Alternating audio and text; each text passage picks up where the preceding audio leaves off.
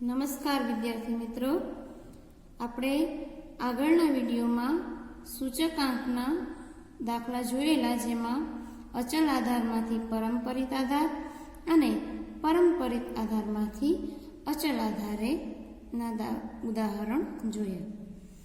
અહીંયા આપણે સામાન્ય સૂચકાંક, જે વિભાગ ડીમાં વધારે પડતું પૂછાય છે, જેને 3 માર્ક છે, એમાં 2 રીતના દાખલા આવશે. એમાં પહેલી રીત છે,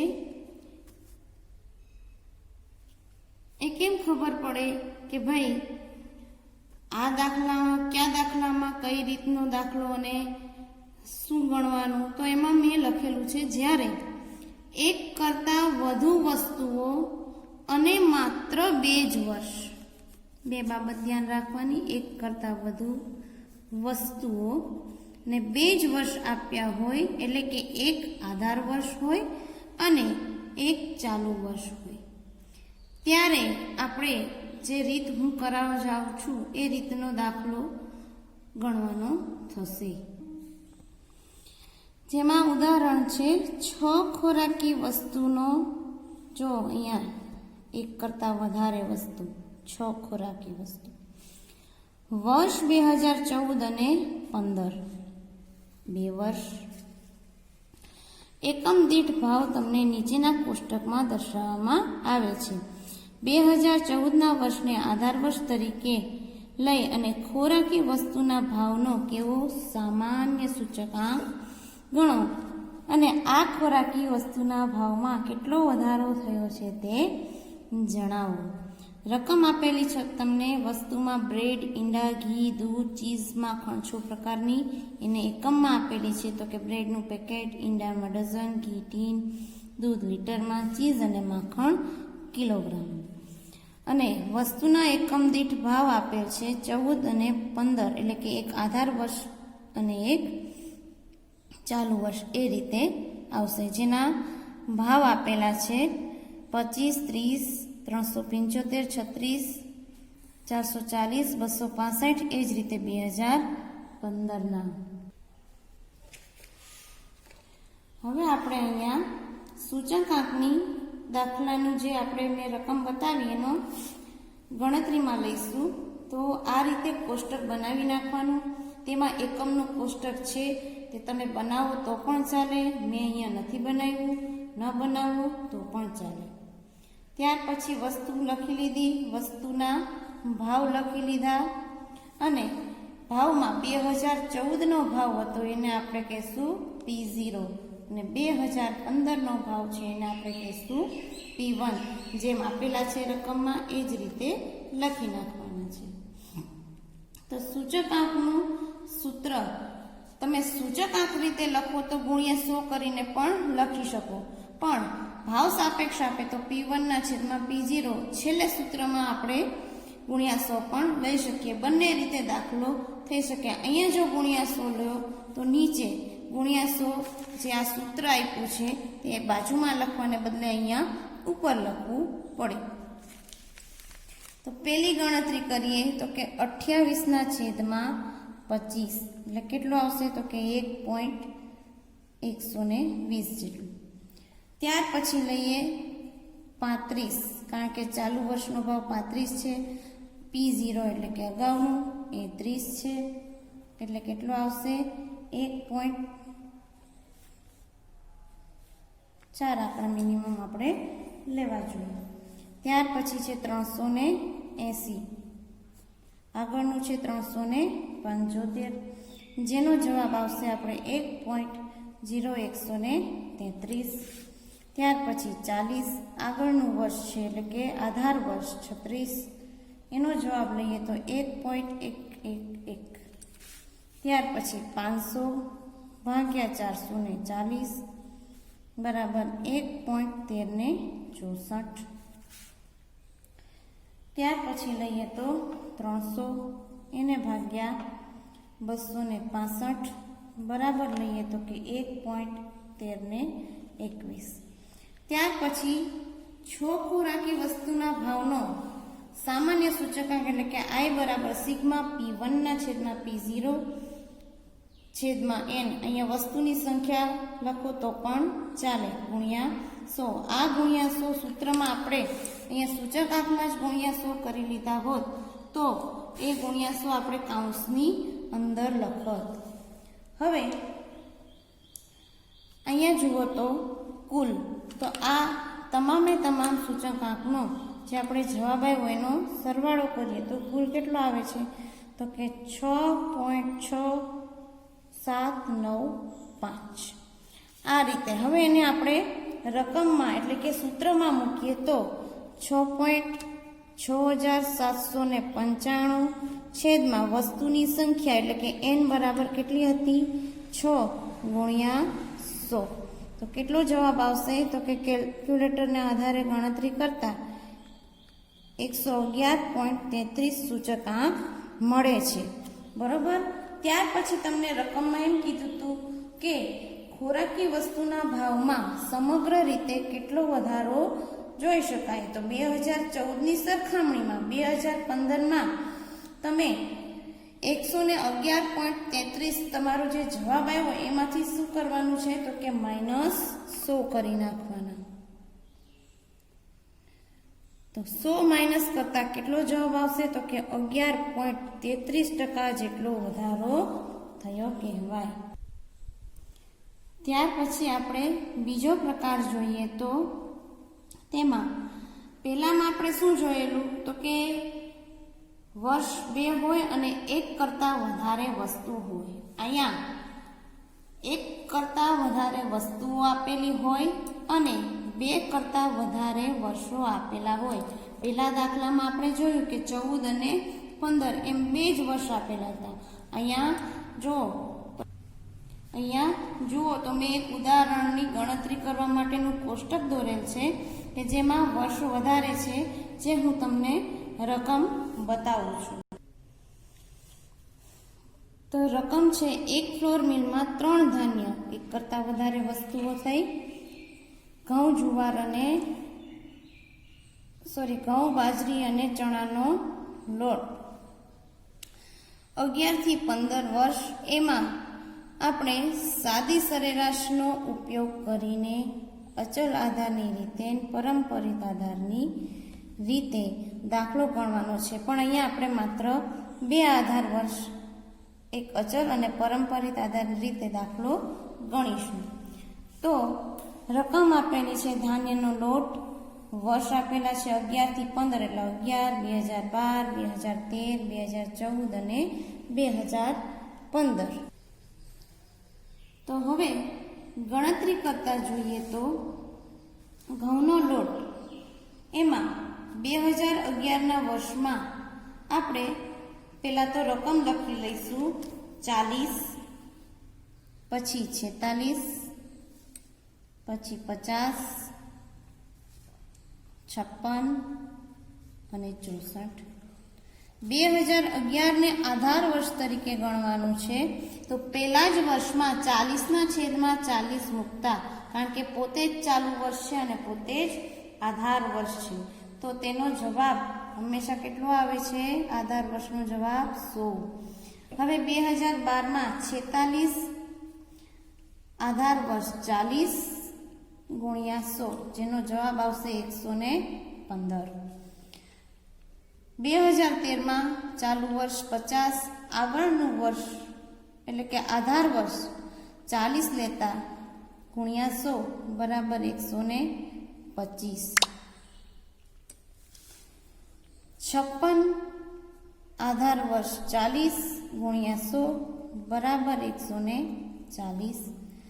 64 છેદમાં 40 ગુણ્યા 100 બરાબર 160. ત્યાર પછી બાજરીનો લોટ જેની રકમ આપેલી છે એમાં આપણે સૌથી પહેલાં રકમ મૂકીએ તો 20 છેદમાં બાજરીના લોટમાં 20 આપેલા છે અને આધાર વર્ષ પણ આ જ છે એટલે 20ના છેદમાં 20 ગુણ્યા 100 બરાબર 100. હવે આગળ જોઈએ તો 2012માં 30 આપેલા છે.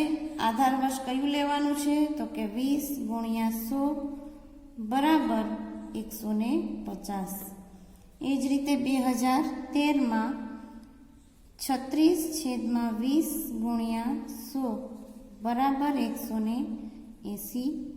42/20 ગુણ્યા 100 બરાબર 210. એ જ રીતે છેલ્લું 54 આપેલું છે. આધાર વર્ષ 20 ગુણ્યા 100 બરાબર 270. તો હવે તો ચણાના લોટનું તો તમે જાતે પણ કરી શકશો, છતાં કરાવીએ તો હવે અહીંયા હું લખતી નથી, સીધું બોલીશું. 50/50 ગુણ્યા 100 બરાબર જવાબ કેટલો આવશે? 100. અહીંયા 2012માં 64 ચાલુ વર્ષ છે. આધાર વર્ષ 50 ગુણ્યા 100 તો જવાબ આવશે 128. ત્યારબાદ 80 ચાલુ વર્ષની કિંમત છે. આધાર વર્ષ 50 કિંમત ગુણ્યા 100 બરાબર 160. ત્યાર પછી 96 આધાર વર્ષની કિંમત 50 ગુણ્યા 100 બરાબર 192. છેલ્લે 112/50 ગુણ્યા 100 બરાબર 224. આ રીતે ત્રણેય વસ્તુઓની અને વર્ષોની સાથે અચલ આધારની રીતે ગણતરી કરી. હવે શું કરવાનું? તો કે સરવાળો કરવાનો. પહેલાનો જવાબ કેટલો આવ્યો? તો કે 100 100 100. કુલ કેટલો સરવાળો થયો છે? તો કે 300. તો સરવાળો છેદમાં કેટલી વસ્તુઓ છે? તો કે 3. તો જવાબ આવશે એનો 100. ત્યાર પછી બીજામાં કેનો સરવાળો કરશું? 115, 150 અને 128. ટોટલ થશે 393. તો 393માં તમે જુઓ તો એને 3 વસ્તુ વડે ભાગો તો જવાબ આવશે 131. ત્યાર પછી 125, 180 અને 160. ટોટલ થશે 465 છેદમાં 3 બરાબર આવશે 155. ત્યાર પછી છે 542 એને ભાગ્યા 3 બરાબર 180.67. 654 ભાગ્યા 3 બરાબર આવશે 218. હવે એની બીજી રીત જોઈએ. પરંપરિત આધારે સૂચકાંક. સૂત્ર આપણે પહેલા એવું છે એ જ રહેશે. ચાલુ વર્ષની ચલ કિંમત છેદમાં અગાઉની. જ્યારે અચલ આધારની રીત હોય ત્યારે જ આધાર વર્ષ લેવાનું. પરંપરિતમાં આપણે આગળનું વર્ષ એટલે કે અગાઉનું વર્ષ લેવાનું. પણ સૌથી પહેલાં 2011માં તમે જુઓ તો એની આગળની 2010ની કોઈ કિંમત આપેલી નથી આપણને રકમમાં. તો માટે 2011માં ઘઉંનો લોટનો સૂચકાંક કેટલો આવશે? ફક્ત 100.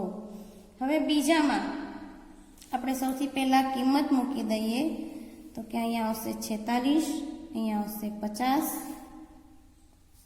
અહીંયા આવશે 56, અહીંયા આવશે 64. પહેલાંની કિંમત 40 હતી, એમાં આગળના કિંમત આપેલ નથી એટલે આપણે અહીંયા જવાબ 100 આપ્યો હતો. પણ 2012માં ચાલુ વર્ષની ચલ કિંમત 46, આગળના વર્ષની કિંમત 40 ગુણ્યા 100 તો એનો જવાબ આવશે 115. બીજામાં 50 ચાલુ વર્ષનું, આગળનું 46 એને ગુણ્યા 100 તો જવાબ આવશે 108.70. ત્રીજામાં 56 આગળનું વર્ષ લેશો 50 ગુણ્યા 100 જવાબ આવશે 112. 64 આગળનું વર્ષ છે 56 ગુણ્યા 100 તો જવાબ આવશે 114.29. એ જ રીતે બાજરીના લોટમાં પણ 2011નો સૂચકાંક કેટલો આવશે? 100. હવે એમાં પહેલો આંક તમારે 20 આપેલો હતો. 2012માં ભાવ આપણને 30 આપેલો છે. આગળના વર્ષની કિંમત લેતા 20 ગુણ્યા 100 જવાબ કેટલો આવશે? તો કે 150. ત્યાર પછીની કિંમત ચાલુ વર્ષની 36, આગળના વર્ષનો ભાવ 30 ગુણ્યા 100 જવાબ આવશે 120. 36/30 ગુણ્યા 100 એટલે કે ચાલુ વર્ષની 36 આગળના વર્ષની 30 બરાબર 120. એ જ રીતે ચાલુ વર્ષમાં 42 આગળના વર્ષમાં 36 ગુણ્યા 100 બરાબર 116.67. છેલ્લે ચાલુ વર્ષની કિંમત 54 આગળના વર્ષની 42 ગુણ્યા 100 બરાબર આવશે 128.57. ત્યાર પછી ચણાના લોટમાં પણ આપણે સીધી 100 કિંમત લઈ લઈશું. શું કામે? કારણ કે 2011નું વર્ષ જેમાં પરંપરિત આધારની રીતે જોઈએ તો આગળનું વર્ષ 2010 આપેલ નથી, એટલે કે સૂચકાંક આપણે સીધો 100 લખી નાખીએ છીએ. ત્યાર પછી 50 કિંમત આપેલી હતી જે આગળના વર્ષની 2012માં આપણે લખશું. તો અહીંયા ચાલુ વર્ષની કિંમત છે 64/50 ગુણ્યા 100 બરાબર જવાબ આવશે 128. ત્યાર પછી ચાલુ વર્ષની કિંમત 80/64 ગુણ્યા 100 બરાબર આવશે 125. એ જ રીતે આગળ 96/80 ગુણ્યા 100 બરાબર 120. ચાલુ વર્ષની કિંમત 112/96 ગુણ્યા 100 બરાબર આવશે 116.67.